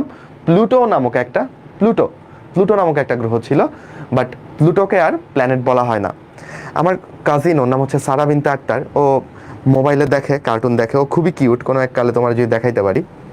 ও সবগুলো প্ল্যানেট ও নিজে পারে, এমন না যে খালি মুখস্থ করছে ব্লাইন্ডলি। ও আমার থেকে বেশি স্ট্যাট জানে, হ্যাঁ, যে মানে কোনটার টেম্পারেচার কীরকম, কোনটার হচ্ছে মানে কতখানি দূরে, কার কালার কেমন, কোথায় থাকতে পারবা কোথায় থাকতে পারবা না, এগুলো সব হচ্ছে অ্যানিমেটেড জিনিসপত্র থেকে দেখছে, দেখে দেখে শিখছে। সো মোবাইলটাকে যদি বাচ্চাদের কাছে একটা রিজনেবল টাইমে অল্প সময় দিয়ে এবং ভালো কিছু দিয়ে তুমি যদি শিখাইতে পারো, বাচ্চারা ট্রিমেন্ডাসলি এই ব্যাপারগুলো রিসিভ করতে পারে। ওর বয়স 6 ইয়ার্স, বাট ও গ্র্যাভিটি সম্পর্কে জানে। Can you imagine? যখন 4 ইয়ার্স 5 ইয়ার্স তখন থেকে এগুলো আমার বুঝাইতে পারে, স্পেস সম্পর্কে জানে। ও থাকে খাগড়াছড়িতে, গল্প করেই ফেললাম। কোনো একদিন সুযোগ হলে ওকে দেখাবো তোমাদের, ঠিক আছে? সেলিব্রেশন প্রোগ্রামে না হয় নিয়ে আসবো। আচ্ছা, কোথায় আছি বলো? ওকে, সো 8টা গ্রহ আছে। আচ্ছা, ধূমকেতু বলে একটা ব্যাপার আছে, ইংরেজিতে এটাকে কমেট বলে। আমার ছোটবেলা থেকে স্বপ্ন ছিল ধূমকেতু নিয়ে যখন পড়ি, হ্যালির ধূমকেতু দেখে মরবো। 1985-তে বোধহয় লাস্ট দেখা গেছিল, আর হচ্ছে 76 বছর পরে আবার দেখা যাবে। খুব সম্ভবত 63-তে দেখা যাবে, একটু 1-2 সাল এদিক সেদিক হইতে পারে। 63-তে না 53-তে কবে যেন আবার দেখা যাবে হেলির ধূমকেতু। তো আমার ইচ্ছা আছে এই ধূমকেতুটা যেন আমি দেখতে পারি। তো ধূমকেতু আসলে কি? ধূমকেতু আসলে গ্যাস, বুঝছো, আহামরি কিছু না। তো একটা ধরো মহাবিশ্বের একটা বড় একটা শিলাখণ্ড বা পাথর, এই পাথরের মধ্যে পানি, মিথেন, অ্যামোনিয়া এইসব গ্যাস মিলছে, মিলে একটা ধরো এরকম লম্বা আকৃতির একটা গঠন দিচ্ছে, এটাকেই ধূমকেতু বলা যায়। ঠিক আছে? আচ্ছা, তারপরে কি দেখো, উল্কা বা মেটিওরস, মাঝে মধ্যেই পৃথিবীতে উল্কাপাত হয়। তুমি জানো ডাইনোসর কেন বিলুপ্ত হয়েছে? ডাইনোসর বিলুপ্ত হয়েছে হচ্ছে প্রবল উল্কাপাতে। পৃথিবীতে 5 বার গণবিলুপ্তি হয়েছে, বোটানিতে আছে এটা। এই লাস্টবার যখন গণবিলুপ্তি হয়েছে তখন ডাইনোসর সহ প্রায় 86%-এর মতো জীব মরে গেছে পৃথিবীর। আবার কবে হবে কে জানে। সো ওই সময় যেটা হয়েছে, প্রচুর উল্কাপাত হয়েছে পৃথিবীতে, বড় বড় উল্কা পড়ায় পৃথিবীর আকাশ গ্যাসে একদম পরিপূর্ণ ছিল, অক্সিজেনের অভাব হয়েছে তখন। এই জন্য ওই ডাইনোসর বলো আরো অনেক প্রাণী মরে গেছে, তেলাপোকা বেঁচে গেছে। যাই হোক, সেটা আমাদের আলোচ্য ব্যাপার না। তো উল্কা হচ্ছে অনেক সময় আগুনের গোলা ছুটতে দেখা যায় আকাশে। এটা আসলে কি? এটা একটা পাথর, ও ধরো পৃথিবীর আকর্ষণে পৃথিবীর দিকে ছুটে এসে পড়তেছে, বায়ুমণ্ডলে যখন ঢুকে বায়ুমণ্ডলের বাতাসের কণার সাথে ঘর্ষণে আগুন ধরে যায়, বুঝছো? এরপরে আগুন ধরা উল্কাটা ভূপৃষ্ঠে এসে আপতিত হইতে পারে, তোমার বাড়ির উপরও পড়তে পারে। কিন্তু বাংলাদেশের উপর উল্কাপাতের কোনো হিস্ট্রি এখনো পর্যন্ত নাই। হ্যাঁ, রাশিয়াতে, আমেরিকার বিভিন্ন জায়গাতে উল্কাপাতের অনেক হিস্ট্রি আছে। আবার অনেক সময় যেটা হয়, বায়ুমণ্ডলে থাকা অবস্থাতেই সে নিভে যায়। আচ্ছা, স্টার তো আমরা বুঝি, আমাদের প্রিয় স্টার আমাদের সূর্য, এবং সূর্য থেকে পৃথিবীর গড় দূরত্ব কত দেখো? 15 কোটি কিলোমিটার, দেখছো? আর আলো আসতে সময় লাগবে 8 মিনিট 19 সেকেন্ড, বললাম একটু আগে। আচ্ছা, মেডিকেলে আসছে অলরেডি যে প্রত্যেক সেকেন্ডে কত জুল শক্তি সূর্য থেকে বের হয়। 4 × 10⁻26 জুল শক্তি বেরোচ্ছে। এত শক্তির উৎস কি? ফিউশন বিক্রিয়া। হাইড্রোজেন হাইড্রোজেন মিলে হিলিয়াম বানাচ্ছে, যে এই বিক্রিয়াতে এই শক্তি বেরোচ্ছে। তাহলে বলো সূর্যের জ্বালানি কি? কমেন্ট করো তোমরা। উল্কাকে আমাদের এখানে বলে শয়তানের লুক্কা। তুমি জীবনে উল্কা দেখছো?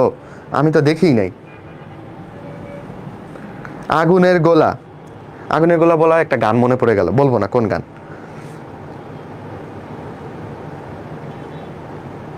আচ্ছা, কি যেন বললাম, উল্কা কিভাবে সৃষ্টি হয়? একটা পাথর খণ্ডকেই তুমি উল্কা বলবা? তুমি যদি মনে করো খালি গ্রহ আছে সূর্যের চারপাশে, তাইলে ভুল। সূর্যের চারপাশে অনেক ছোট ছোট পাথর খণ্ডও কিন্তু ঘোরাঘুরি করতেছে। এগুলাকে আমরা অনেকগুলাকে বলি গ্রহাণু, অনেকগুলোকে এই যে যা শিলাখণ্ড এগুলো বলি। এগুলো কখনো কখনো পৃথিবীর আকর্ষণে পৃথিবীর মধ্যে চলে আসে।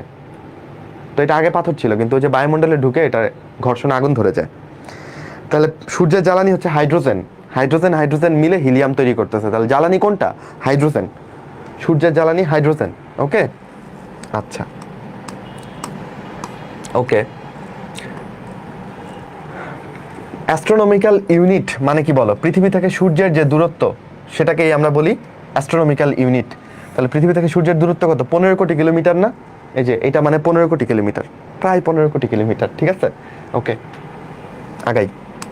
নেবুলা বা যেটাকে বাংলায় বলি নিহারিকা, নিহারিকাও একটা গ্যাস পিণ্ড, এবং এখানে গ্যাসে হাইড্রোজেন হিলিয়াম থাকে। খেয়াল করো হাইড্রোজেন কত থাকে। আমরা পড়ছিলাম যে মহাবিশ্বে হাইড্রোজেন এবং হিলিয়ামের অনুপাত কত? 3:1। এখানেও কাছাকাছি রেশিওটা মেনটেন করতেছে না বলো? হাইড্রোজেনটা দেখো কত, 50 থেকে 75, হিলিয়ামটা 20 থেকে 45। তাহলে এখানে মোটামুটি 3:1 এটা বলা যায়। আচ্ছা, সুপারনোভা নামক একটা বিস্ফোরণ হয়, এটা কাদের ক্ষেত্রে হয়? এটা নক্ষত্রের ক্ষেত্রে হয়। সূর্য কি কোনোদিন সুপারনোভা বিস্ফোরণ করবে কিনা? উত্তর হচ্ছে না। যেই সব তারার ভর, মনোযোগ দিয়ে শুনবা, পরীক্ষাতে আসবে, 1.4 সূর্য ভর থেকে নিয়ে বা এর চেয়ে বেশি তারাই কি বিস্ফোরণ করবে বলো? সুপারনোভা বিস্ফোরণ করবে। তো সুপারনোভা বিস্ফোরণ হচ্ছে কি নক্ষত্র মরে যাওয়ার আগে, হ্যাঁ, বড় করে একটা জানান দেয়। ঠিক আছে, এটাই হচ্ছে সুপারনোভা বিস্ফোরণ, একটা বড় বিস্ফোরণ হয়। এটা সুপারনোভা বিস্ফোরণের ফলে সে কি সৃষ্টি হয় জানো? নিউট্রন তারকায় পরিণত হয়। সে কিসে পরিণত হয়? নিউট্রন তারকায় পরিণত হয়। একটা বড় নক্ষত্র সুপারনোভা বিস্ফোরণ দিয়ে নিউট্রন তারায় পরিণত হবে। আবার বলবো, সমস্যা নেই, যাদের মনে হচ্ছে এখনো কঠিন লাগতেছে, চ্যাপ্টার শেষ হলে সব ক্লিয়ার হয়ে যাবে ইনশাল্লাহ। গ্যালাক্সি অলরেডি বুঝাই ফেলছি তোমাকে। গ্যালাক্সি কি? নক্ষত্রগুলো মিলে গ্যালাক্সি তৈরি করে। কতগুলো গ্যালাক্সি আছে বলো? 10^11। আর আমাদের গ্যালাক্সিতে কয়টা নক্ষত্র আছে? 10^11। ওকে, এরপর দেখো আমাদের কাছাকাছি যেই নক্ষত্রটা আমাদের গ্যালাক্সি থেকে, এগুলো সব আলাদা ঝালা লিখছে আমাদের গ্যালাক্সি। আচ্ছা, আমাদের কাছাকাছি নক্ষত্রের নাম কি? আলফা সেন্টারি। এটা দূরত্ব কত? 4.3 আলোকবর্ষ। ওকে, গ্যালাক্সি কয় রকম বলছে? 2 রকম। এখানে বলছে 2 রকম, নিচে আবার দিচ্ছে 4টা উদাহরণ। কয় রকম বললে তুমি 2ই দিবা। কোনটা বলো? স্বাভাবিক গ্যালাক্সি আর রেডিও গ্যালাক্সি। তাহলে এগুলো হচ্ছে আমাদের স্বাভাবিক গ্যালাক্সি। ঠিক আছে, এই 3টা। স্বাভাবিক গ্যালাক্সিটা হইতে পারে উপবৃত্তাকার, হইতে পারে সর্পিল, ওই যে আমাদের যে ছায়াপথ মিল্কি ওয়ে, অ্যান্ড্রোমিডা, এরা সবাই সর্পিল, আমি তোমাকে দেখাইছি। এটা বিভিন্ন বিষম গ্যালাক্সি হইতে পারে যার নির্দিষ্ট আকার নাই। উপবৃত্তাকার হইতে পারে। ঠিক আছে, উপবৃত্তাকার গ্যালাক্সির মধ্যে তুমি লাল দানব এবং শ্বেত বামন পাবা। সূর্যের মতো তারাগুলো না থেকে এখানে লাল দানব এবং শ্বেত বামন থাকে। আমি তোমাকে দেখাবো এগুলা কি, ওয়েট করো। আর রেডিও গ্যালাক্সি, রেডিও মানে হচ্ছে এখান থেকে রেডিও ওয়েভ বেরোবে, বুঝছো? এখান থেকে তড়িৎ চুম্বক বিকিরণ হবে, এই জন্য এটাকে রেডিও গ্যালাক্সি বলতেছি। ওকে, তাহলে গ্যালাক্সি 2 রকম, স্বাভাবিক আর রেডিও। স্বাভাবিকের মধ্যে 3 ভাগ। ডার্ক ম্যাটার বা অদৃশ্য বস্তু, একটা লাইন দেখো। আমরা তো ব্ল্যাক হোলগুলো দেখতে পাই না, তাই না? সো দেখো, আমরা যেই পরিমাণ জিনিস দেখতে পাই তার তুলনায় যা দেখতে পাই না এটার ভর কত? 10 গুণ। ব্ল্যাক হোলগুলো তো দেখা যায় না, কিন্তু এদের ভর তো অনেক বেশি, দেখছো? তো তুমি যা দেখো তার চেয়ে না দেখা জিনিসের ভর অনেক বেশি। আচ্ছা, কোয়াসার বলে একটা জিনিস আছে, এরা আধা নক্ষত্রিক। হ্যাঁ, পুরোপুরি নক্ষত্র না, নক্ষত্রের মতোই রেডিও উৎস, এখান থেকে রেডিও ওয়েভ বের হয়, বুঝছো? পৃথিবী থেকে এই কোয়াসারগুলো কত বেগে সরে যাচ্ছে? 0.9 আলোর বেগের খুব কাছাকাছি একটা বেগে ও কিন্তু পৃথিবী থেকে দূরে সরে যাচ্ছে। তুমি জানো আলোর বেগের থেকে বেশি বেগ হতে পারে না। কতগুলো কোয়াসার আছে বলো? 150টা কোয়াসার আছে এখন পর্যন্ত আমরা শনাক্ত করতে পারছি। অনেক দূরে আমাদের থেকে ওরা। আচ্ছা, এরপর আছে মৌলিক কণা। এই পার্টটা আমরা শেষে পড়বো, ঠিক আছে? আমরা এখনো যেহেতু মহাজগতের মধ্যেই আছি, ওই পার্টটা শেষ করে এসে কণার কাহিনী পড়বো। আমরা নক্ষত্রের জীবন কাহিনীতে যেতে চাই। বলো, প্রকারভেদ বুঝলা না?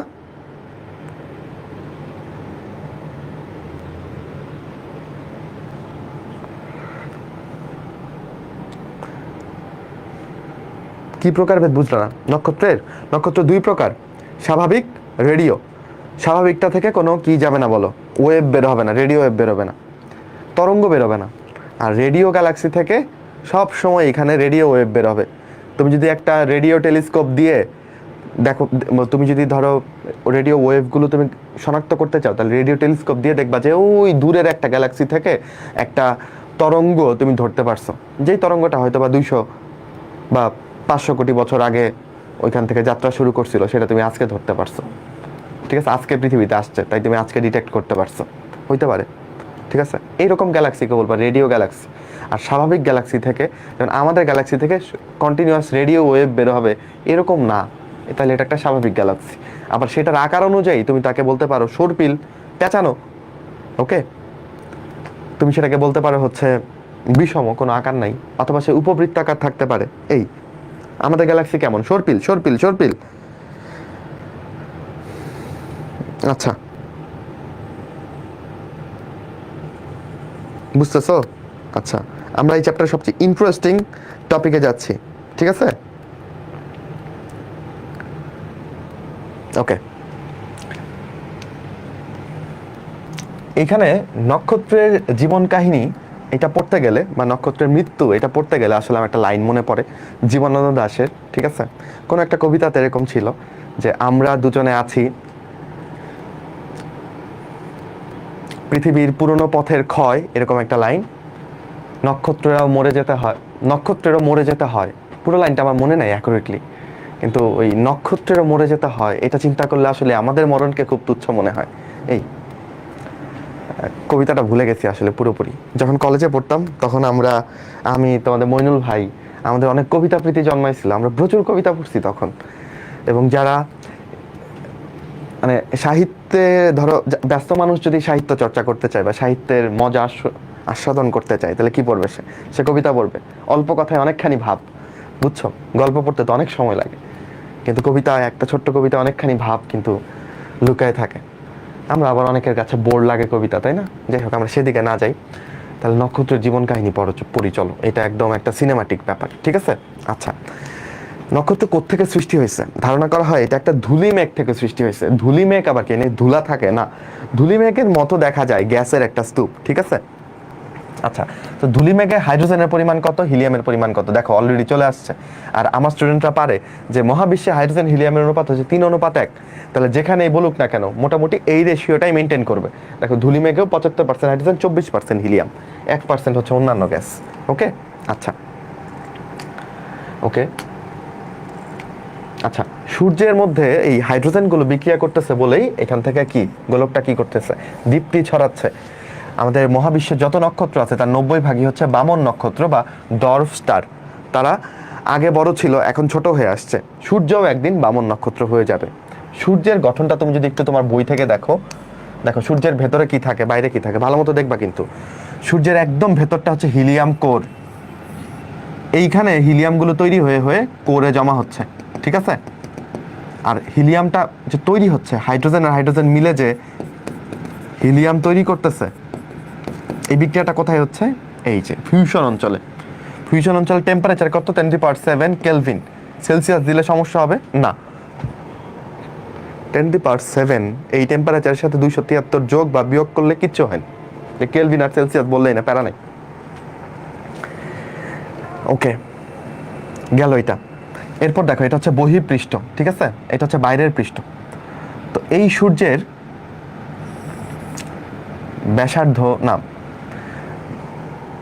আচ্ছা এটা পরে আলোচনা করি। তো সূর্যের গঠনটা বুঝছো কিনা বলো? ভেতরে থাকে হিলিয়াম কোর, চারপাশে থাকবে হচ্ছে ফিউশন অঞ্চল, আর এর পাশে থাকবে বহিঃপৃষ্ঠ, যেটা জ্বলন্ত, যেটা জ্বলতেছে। ওকে,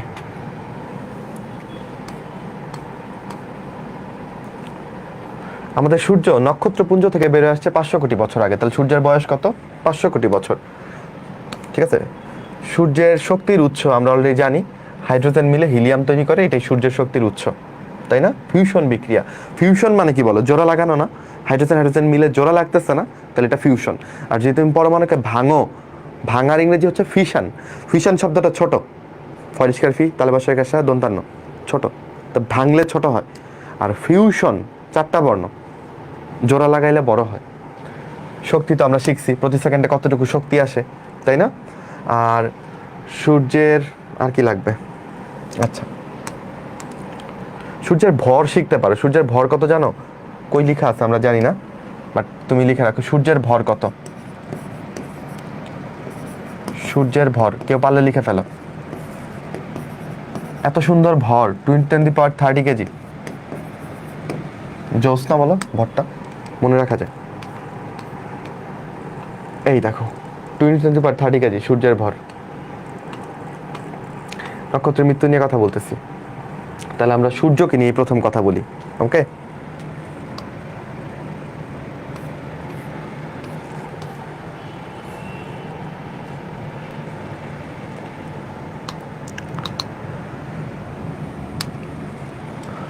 আচ্ছা, একটা নক্ষত্র, মনোযোগ দিয়ে দেখবা, এই পার্টটা অনেক ইম্পর্টেন্ট, পরীক্ষাতে আসবে। একটা নক্ষত্রের ভর যদি 1.4 সূর্য ভর তো শিখে ফেলছি, 10⁻30 কেজি, এটা থেকে নিয়ে 3 সূর্য ভরের মধ্যে হয়, তাহলে তার যেটা হবে, তার একটা সুপারনোভা বিস্ফোরণ হবে। সুপারনোভা বিস্ফোরণ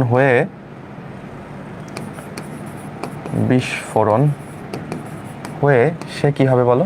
নিউট্রন তারা। কি হবে? নিউট্রন তারা। ওকে, আচ্ছা, এবার তার ভরটা যদি 3 সূর্য ভরের থেকে বেশি হয়, তখন তার একটা সুপারনোভা বিস্ফোরণ হবে, ঠিক আছে? এরপর সে নিউট্রন তারা হবে, এরপর সে ব্ল্যাক হোল হবে। তাহলে যা দেখলাম যে 3 সূর্য ভরের বেশি যদি কেউ না হয়, এটা হচ্ছে m0 মানে হচ্ছে কি? সূর্য ভর। সূর্যের ভর কত? m0 কত বলো?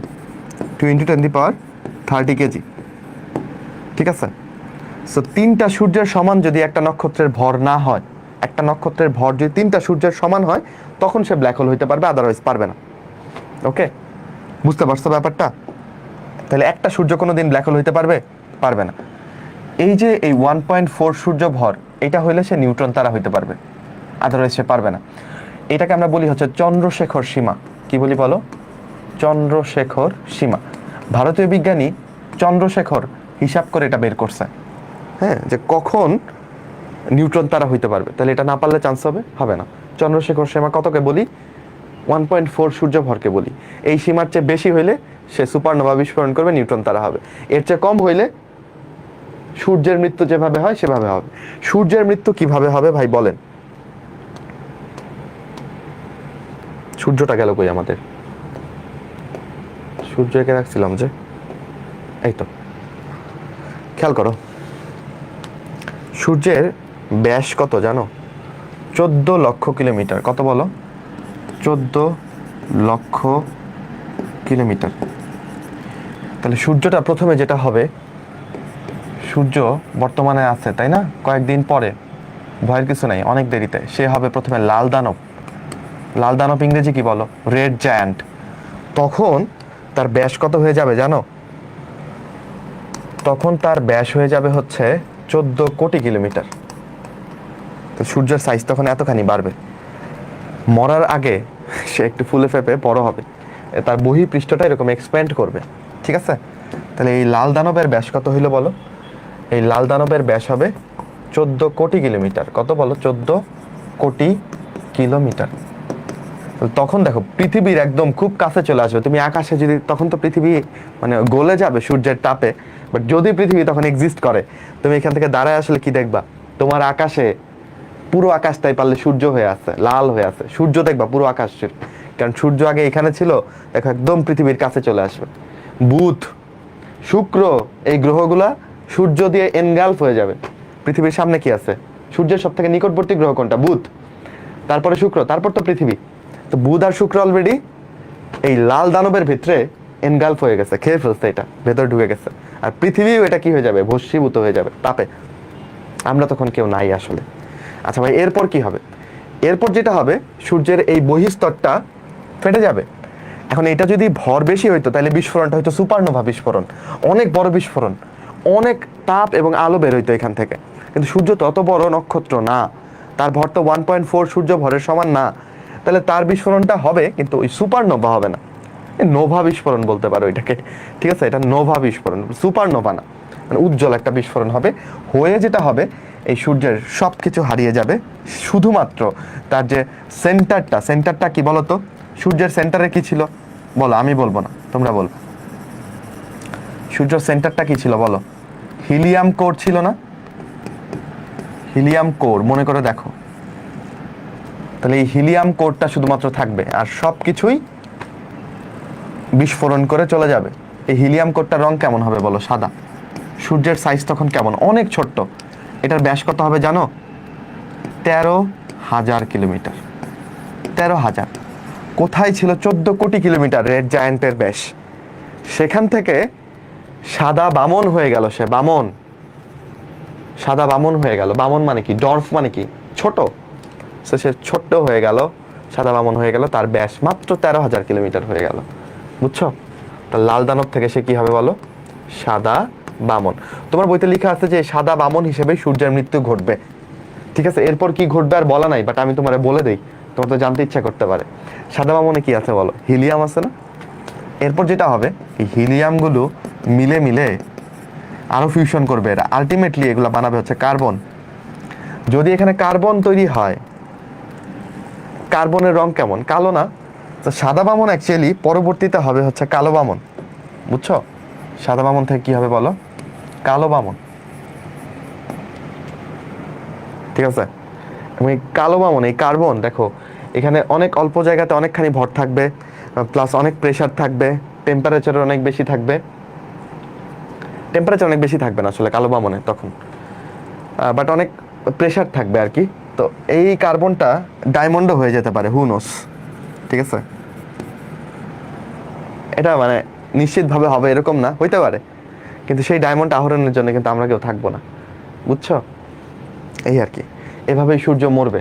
বলো কে কে বুঝছো? সূর্যের মৃত্যুটা কে কে বুঝছো?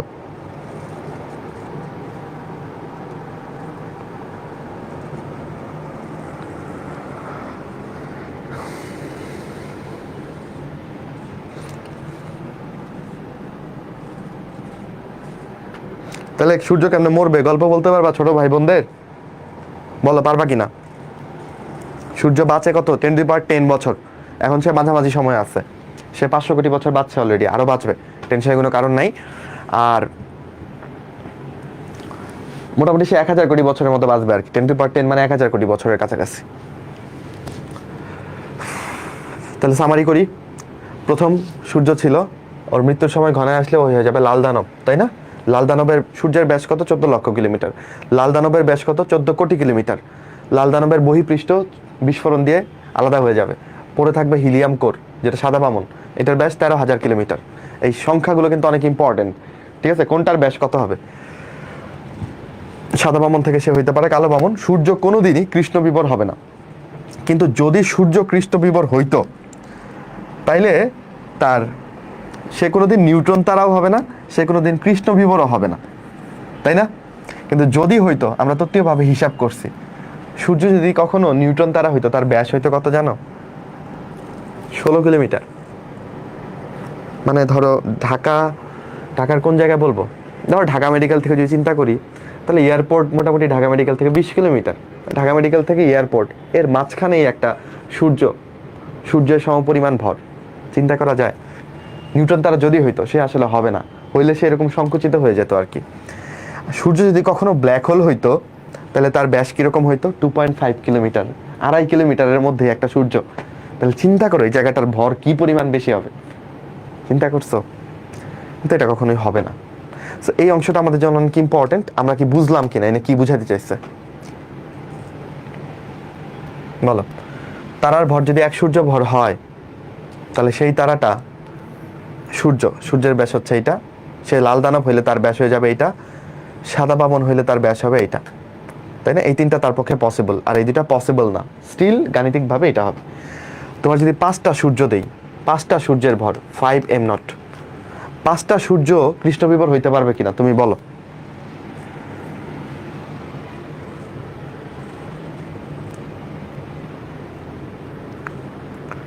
বলো 5টা সূর্য দিলে সে কি ব্ল্যাক হোল হবে কিনা? উত্তর হচ্ছে হবে। এবং সেই ব্ল্যাক হোলের ব্যাসার্ধ কত হবে জানো? 15 কিলোমিটার। এটা 5টার ব্যাসার্ধ কত হবে বলো? 5 সূর্য ভর, মানে একটা নক্ষত্রের ওজন 5টা সূর্যের সমান। সে ব্ল্যাক হোল হইলে তার ব্যাসার্ধ হবে 15 কিলোমিটার। তো চিন্তা করো ব্ল্যাক হোলের অবস্থাটা কি। ওকে, ঠিক আছে? তাহলে 3 সূর্য ভরের বেশি হইলে সে ব্ল্যাক হোল হইতে পারবে, 5 সূর্য ভর হইতে পারবেই। আচ্ছা, এই যেটা যে লিখলাম এমনি এমনি লিখে নেই, এটাই পরীক্ষাতে আসবে। 5 সূর্য ভর হলে কত হবে, তখন যেন তুমি পারো। ওকে, এখন এখানে যা কথা দেখবা সবই পারবা, ঠিক আছে? আচ্ছা, 1 2 3 পয়েন্ট 3টা পড়বা, ভাই সব পড়াই ফেলছে, ঠিক আছে? আচ্ছা, সুপারনোভা বিস্ফোরণ, কেউ একজন লিখছে ভাই সুপারনোভা বিস্ফোরণ সম্পর্কে একটু বলেন। 1064 সালের দিকে, বুঝছো, চাইনিজ কয়েকজন জ্যোতির্বিদ, ওরা চায়নার আকাশ থেকে দেখছে আকাশে একটা খুব গাঢ় একটা তারা দেখা যায়, দিনের বেলাতে ওই তারা থাকে বড় করে, ঠিক আছে? সো সুপারনোভা বিস্ফোরণ তো খুব সহসাই আমাদের এখান থেকে দেখা যায় এরকম না। সুপারনোভা বিস্ফোরণ হতে গেলে নক্ষত্রটাকে অনেক বড় হতে হয়, পাশাপাশি আমাদের কাছাকাছিও থাকতে হবে, নয়তো তো দেখা যাওয়ার সুযোগ কম। তো ওরা আকাশে দেখতে পাইছে এমন একটা তারা যেটা হচ্ছে দিনের বেলাও জ্বলতেছে। কত উজ্জ্বল, এবার চিন্তা করো, সূর্যের আলো আছে তাও আকাশে দেখা যাচ্ছে একটা তারা জ্বলতেছে। তো ওইটা ছিল একটা সুপারনোভা বিস্ফোরণ, বুঝছো? নক্ষত্রের ভেতরে তো অনেক শক্তি থাকে, তাই না? ও যখন মরে যাবে তখন তো এই শক্তি নিজের কাছে রাখবে না, তখন সে একটা বিস্ফোরণ করে সব শক্তি একবারে উদ্গীরণ করবে, ঠিক আছে? ওইটাই তুমি দূর থেকে দেখতে পাবা অনেক উজ্জ্বল একটা বিস্ফোরণ হিসেবে। সুপারনোভা মানে অনেক উজ্জ্বল। ওকে, আচ্ছা, নিউট্রন তারা বলতেছি, নিউট্রন তারার ব্যাপারটা কি আসো একটু দেখি। নিউট্রন তারা হচ্ছে, তুমি কি জানো যে একটা প্রোটন একটা ইলেকট্রন মিলে কি তৈরি করে? একটা নিউট্রন, সাথে হচ্ছে একটু করে গামা রশ্মি বের হয়। সো নিউট্রন তারাতে যেটা হয়, ভর কত থাকবে তুমি তো জানো, এটা থেকে এটার মধ্যে সুপারনোভা একটা বিস্ফোরণ হবে, আমি জানি, তাই না? সো নিউট্রন তারকাতে এই বিক্রিয়াটা হয়, ঠিক আছে? নিউট্রনের একটা গ্যাস তৈরি হবে, প্রোটন আর ইলেকট্রন মিলে নিউট্রনের গ্যাস তৈরি হয়ে যায়, খালি নিউট্রন, এই জন্য এটাকে নিউট্রন তারা হিসেবে নাম দিস। আর নিউট্রন তারা থেকে একটা বেতার তরঙ্গ তুমি পাবা, মানে রেডিও ওয়েভ বের হবে। মনে করো এটা একটা নিউট্রন তারা, এখান থেকে সবসময় কি বেরোবে বলো, রেডিও ওয়েভ বেরোবে, যেটা তুমি রেডিও টেলিস্কোপ দিয়ে ডিটেক্ট করতে পারবা। ঠিক আছে, তো যার কাছ থেকে এরকম পালস বের হয়, যার কাছ থেকে পালস বের হয় তাকে তুমি কি বলতে পারো, পালসার বলতে পারো। পালসার থিওরি আর পালসার সেম জিনিস না। তাহলে পরীক্ষাতে আসবে যে পালসার হিসেবে কাজ করে কোনটা, অপশনে থাকবে কালো বামন, সাদা বামন, নিউট্রন তারা, কৃষ্ণ বিবর। তুমি কি দাগাবা, নিউট্রন তারা, এটা পালসার হিসেবে কাজ করে, এখান থেকে রেডিও ওয়েভ বের হয়ে আসে। কৃষ্ণ বিবর থেকে আসে না, কারণ ও তো সব অ্যাবজর্ভ করে নেয়। আচ্ছা এবার দেখো, আচ্ছা আমাকে বলো হুইল মানে কি, হুইল, হুইল মানে কি, চাকা না? গাড়ির চাকা তুমি কখনো দেখছো? এই গাড়ির চাকার রং কেমন হয়, কালো হয় না? বলো, গাড়ির চাকার যে টায়ারের রং এটা কালো না? তাহলে এই যে জন হুইলার, তাহলে হুইল দেখলেই তুমি বুঝবে এটা চাকা, চাকার রং কালো, তাহলে সে কৃষ্ণ বিবর বানাইছে, কালো দিয়ে কৃষ্ণ বিবর। ঠিক আছে, আচ্ছা তাহলে কৃষ্ণ বিবর আবিষ্কার করছে জন হুইলার, না পারলে চান্স হবে না।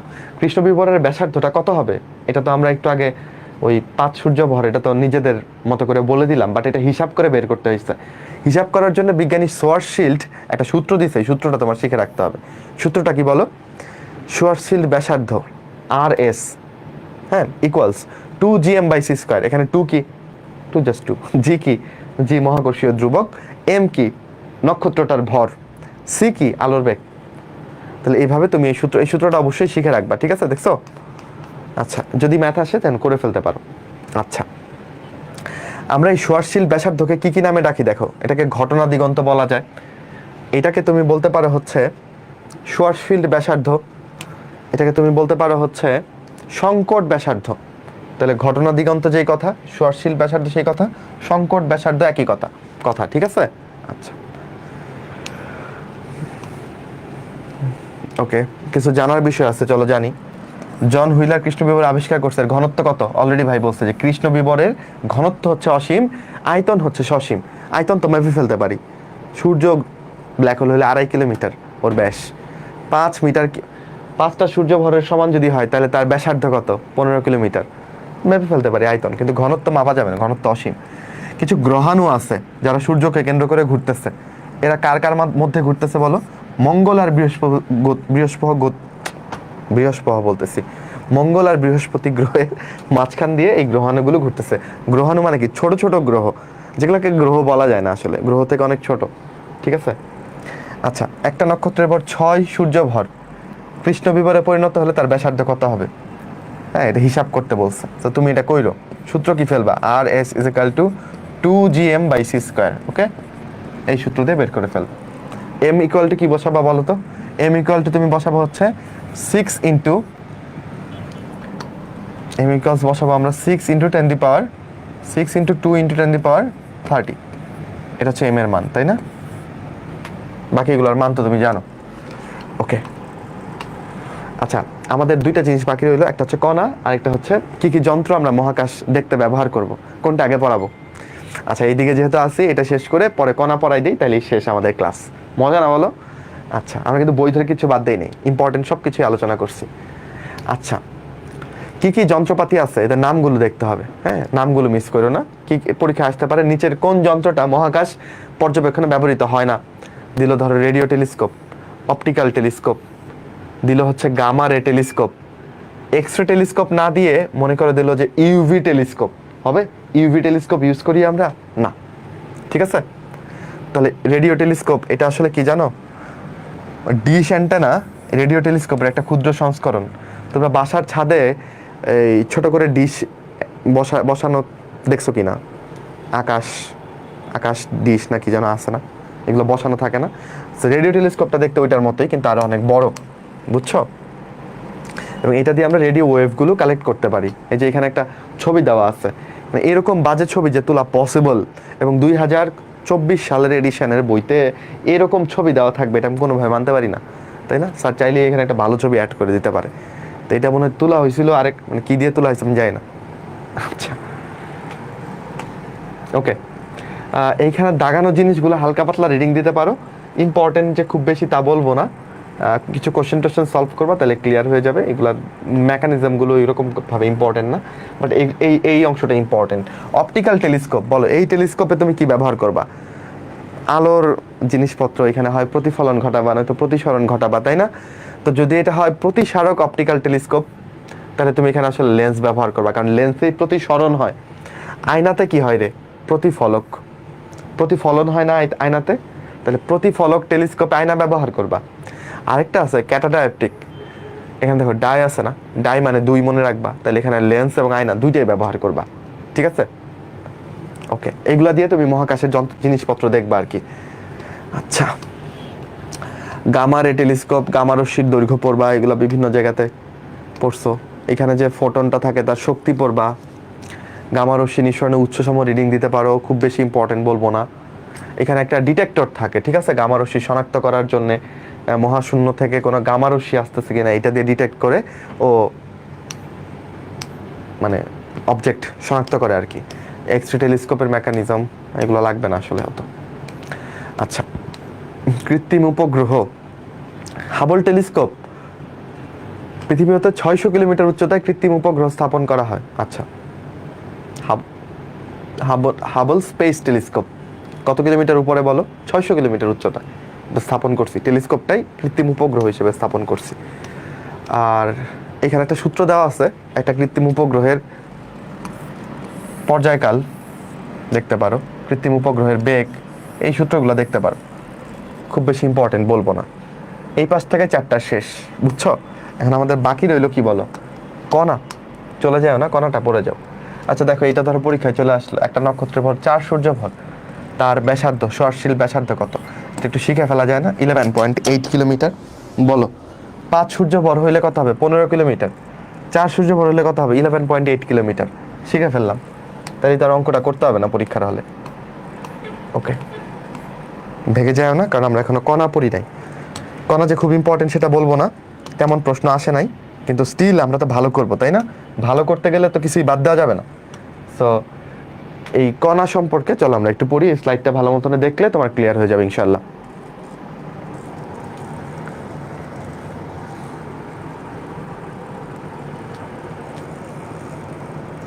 আচ্ছা, কোথায় আছি বলো? তাহলে পৃথিবীতে যা কিছু আছে এগুলোকে আমরা কণা এবং প্রতিকণায় ভাগ করতে পারি, বুঝছো? তাহলে ধরো কণা বলতে কি সেটা আমরা আলোচনা করব। এদের এগেনস্টে আবার প্রতিকণাও থাকতে পারে। ভাই এক্সাম্পল দেন। এক্সাম্পল হচ্ছে ইলেকট্রনের যে প্রতিকণা তার নাম কি জানো তোমরা? Positron, right? পজিট্রনকে আমরা কিভাবে লিখি বলো? পজিট্রনকে আমরা লিখি ই প্লাস দিয়ে, তাই না? এটা হচ্ছে আমাদের পজিট্রন। এটা আবিষ্কার করছিল পল ডিরাক খুব সম্ভবত, এবং এটার জন্য সে নোবেলও পাইছিল, পল ডিরাক। আচ্ছা, তাহলে ইলেকট্রনের প্রতিকণা হচ্ছে পজিট্রন, জানলাম। আমরা যে কণাগুলো আছে সেই কণাগুলো সম্পর্কে পড়বো, প্রতিকণা নিয়ে তেমন পড়া নেই আমাদের। ওকে, তাহলে মহাবিশ্বের সব কণাকে আমরা কয় ভাগে ভাগ করলাম? 2 ভাগ। ওকে, কয় ভাগ বলো? 2 ভাগ। একটা নাম ফার্মিয়ন, একটা নাম হচ্ছে বোসন। তুমি মনে রাখবা ফার্মিয়ন দিয়েই মহাবিশ্ব সৃষ্টি।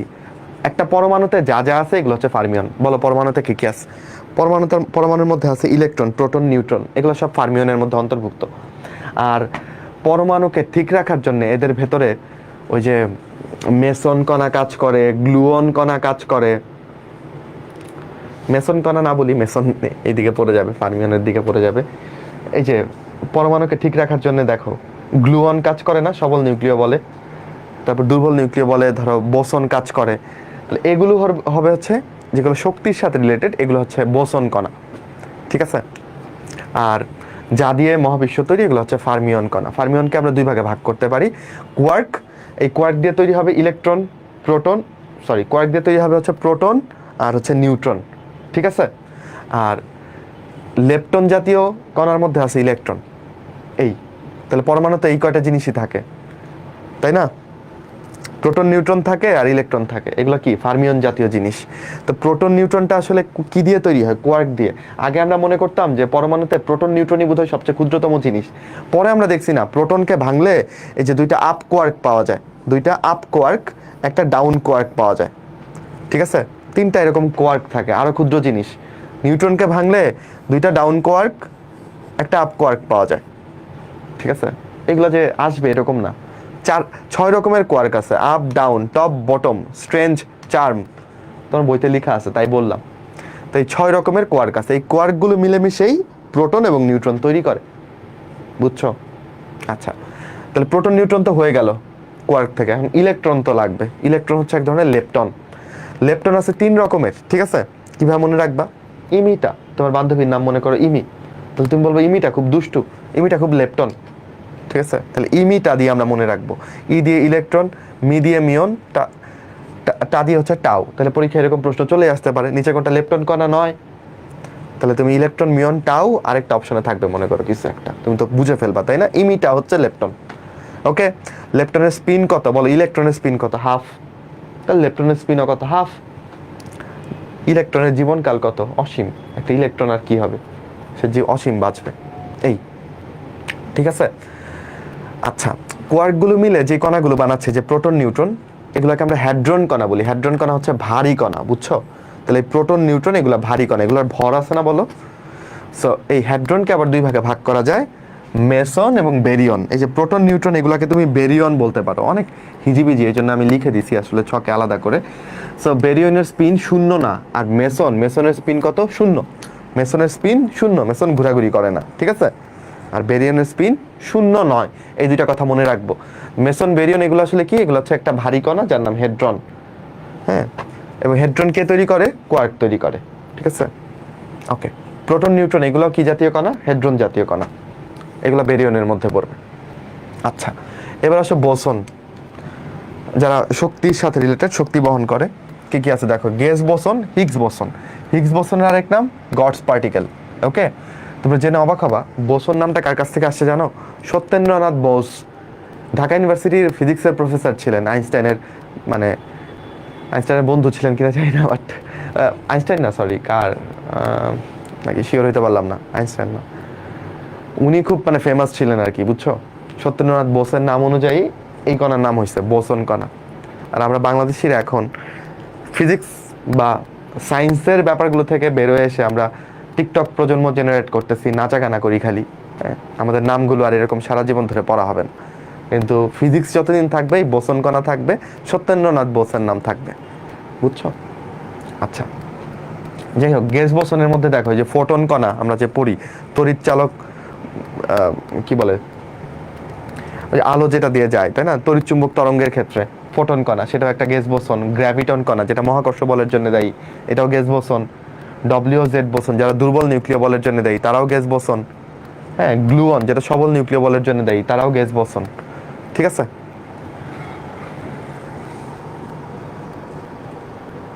সত্যেন্দ্রনাথ বোস বাংলাদেশের। ওকে, তাহলে আমরা কণাগুলো পড়ে ফেললাম। এখন তোমার বইতে একটা ছক আছে, ঠিক আছে, যে ইলেকট্রনের ভর, চার্জ, এগুলো পড়বা, ঠিক আছে? এই প্রোটন নিউট্রন এগুলোর কি পড়বা বলো? এগুলোর ভর, চার্জ, এগুলো পড়বা। এগুলো তোমরা প্রচুর পড়ছো, প্রচুর আছে, এগুলো লিখে লিখে শেখানোর কিছু নাই, বইতে একটা ছক আছে, ওইটা থেকে পড়বা। তাহলে এরই মধ্য দিয়ে আমাদের কি হয়ে গেল বলো? আমাদের চ্যাপ্টার শেষ হয়ে গেল। হাউ ফানি, বলো কেমন লাগলো? সবচেয়ে ছোট্ট ক্লাস হবে নাকি এটা আমাদের মেডিকেল অ্যাডমিশন জার্নিতে? যদি হয় তাহলে মন্দ হয় না। আচ্ছা, অনুশীলনের প্রশ্ন সলভ করো, ঠিক আছে? অবশ্যই প্রশ্ন সলভ করো, আর সলভ করতে গিয়ে আটকে গেলে জানাও। এক্সট্রা ইনফো বলে আলাদা কিছু নাই এখানে, যা পড়ছি এগুলো থেকে কমন আসবে ইনশাল্লাহ। তো ক্লাস ভালো মতো করে বইটা ভালো মতো পড়ে ফেলো, চটপট শেষ। আচ্ছা, তাহলে শেষ করি আমরা। তোমরা ছবি টবি তুলে গ্রুপে আপলোড দিয়ে দিও। কোনো প্রশ্ন আছে কিনা বলো? অনেক ভালো লাগলো। আচ্ছা, গল্পে গল্পে পড়ে ফেললাম চ্যাপ্টারটা। অন্তর বলতেছে শেষ, ও বিশ্বাসই করতে পারতেছে না কিভাবে শেষ হয়ে গেল এত তাড়াতাড়ি। এই দাঁড়াও, অন্তর ভাই আপডেট দিতে আসতেছে। আজকে ক্লাস একটু গল্প না থাক, গল্প না, আপডেট। আচ্ছা, আমি বিদায় নেই, টাটা। না, থাক, সমস্যা নেই। আচ্ছা আচ্ছা, আপডেটটা হচ্ছে এরকম, ওই যে বই সম্পর্কে একটু বলে নেই। সেটা হচ্ছে 21 তারিখ 3টা পর্যন্ত যারা অর্ডার করছো তাদের আপডেটটা আমি একটু বলে দিচ্ছি। এই পর্যন্ত আমরা প্রায় 2000 সেট বই আমরা হচ্ছে কুরিয়ারে তুলে দিছি আজকে সন্ধ্যা পর্যন্ত। ফুল সেটের 12টা বই বাকি আছে, শুধু 12টা মানে হচ্ছে 12টা মানে 12 জনের অর্ডার বাকি আছে। বান্ডেল 2 যারা অর্ডার করছো ওদেরটা সবগুলো ডান, মানে সবগুলো মানে 21 তারিখ পর্যন্ত যারা অর্ডার দিছো সবগুলোই আমরা কুরিয়ারে তুলে দিছি।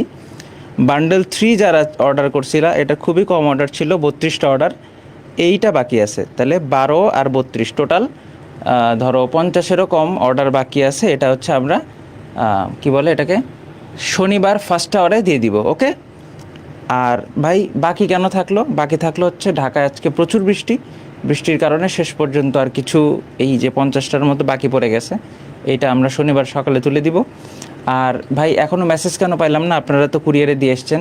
সুন্দরবনের ক্ষেত্রে আমি যেটা দেখলাম, কুরিয়ার বুকিংয়ের সময় মেসেজ অনেক সময় যায় না, কিন্তু ওই যে তোমার এলাকায় যখন পৌঁছায় তখন ওরা হচ্ছে মেসেজ দেয় এবং কল দেয়।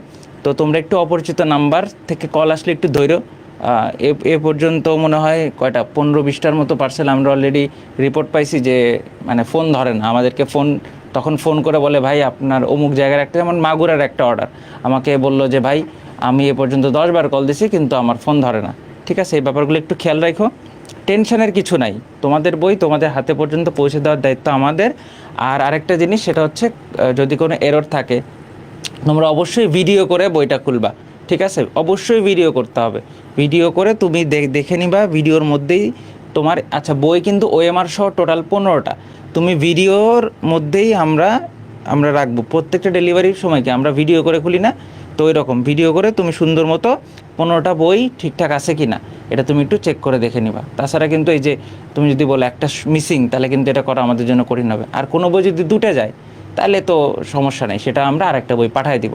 বা হয়তো এরকম হতে পারে যে ভাই আমার 5 থেকে 10 নম্বর পেজ পর্যন্ত মিসিং আছে, তুমি একটু খুঁজে দেখবা যে বইয়ের আর কোথাও আছে কিনা। অনেক সময় ফর্মা বইয়ের এলোমেলো থাকে, এই জন্য এরকম হতে পারে।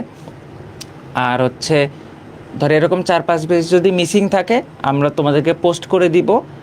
তুমি হচ্ছে সেই হোয়াটসঅ্যাপ নাম্বারে যোগাযোগ করলে ধরো 4-5 পেজ যদি কোনো কারণে মিসিং থাকে বা প্রিন্টিং না ওঠে বা ডাবল প্রিন্টিং হয়, অনেক হয় এরকম ঘটনা, তো সেগুলো ছবি তোমাদেরকে সুন্দর করে পাঠিয়ে দিবে, ঠিক আছে?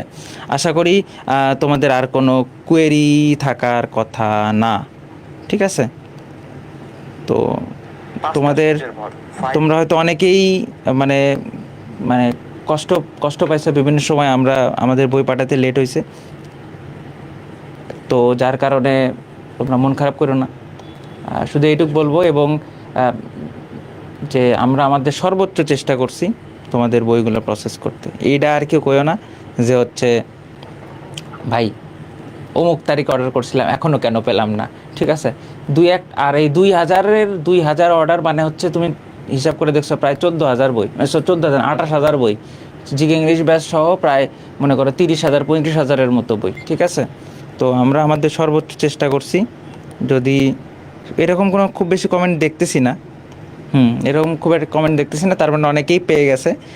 যাই হোক, ভালো লাগতেছে ব্যাপারটা দেখে। এই কদিন খুব মানে আমি নিজেই বেশি কষ্টে ছিলাম, আমার চেহারা দেখেই বুঝতে পারতেছো।